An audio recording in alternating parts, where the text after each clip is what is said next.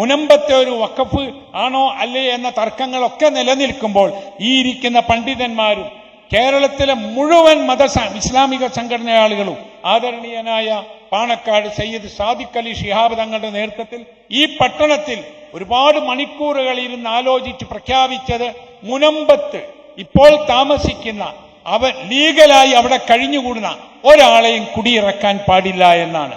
അത് സംബന്ധമായ ഒരു ചർച്ചയ്ക്ക് വേണ്ടി പോയപ്പോൾ ആദരണീയനായ നമ്മുടെ president T P Abdul Madani അവറുകളോട് ഇതിൽ നമ്മുടെ സമീപനം എന്ത് പറയണം എന്ന് പറഞ്ഞപ്പോൾ അദ്ദേഹം പറഞ്ഞു തന്നതും അതാണ്.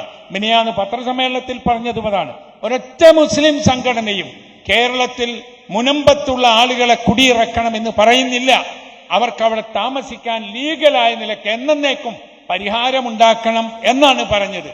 എന്നിട്ടും ഇന്നും ഒരു പത്രത്തിലുണ്ട് അവിടെയെങ്ങാനും അവർക്ക് അവകാശം നൽകിയാൽ മുസ്ലിം സംഘടനകൾ എതിർത്തു വരും എന്ന്. ഈ വിഷയമല്ല കേന്ദ്ര പാർലമെന്റിൽ വരാൻ പോകുന്ന വഖഫ് ഭേദഗതി എന്ന് പറയുന്നത്. അത് വഖഫ് എന്ന സംവിധാനം തകർക്കുകയും നഷ്ടപ്പെടുത്തുകയും ചെയ്യുമെന്നതുകൊണ്ടാണ് അതിനെ നമ്മൾ എതിർക്കുന്നത്. മാത്രവുമല്ല, വളരെ മനോഹരമായ, ആർക്കും ഉപകാരപ്പെടുന്ന, മനുഷ്യോപകാരപ്രദമായ ഒരു സംവിധാനമാണ് വഖഫ്. അത് എല്ലാ ജാതി മനുഷ്യർക്കും അതിന്റെ ഉപകാരമുണ്ടാകും.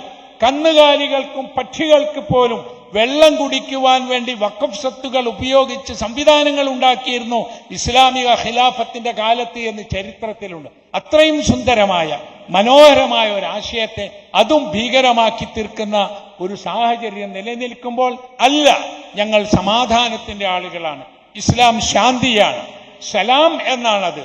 ആ സലാമിന്റെ സന്ദേശം എത്തിക്കുവാൻ ഇനിയും നമ്മൾ തുടർ പ്രവർത്തനങ്ങൾ നടത്തണം.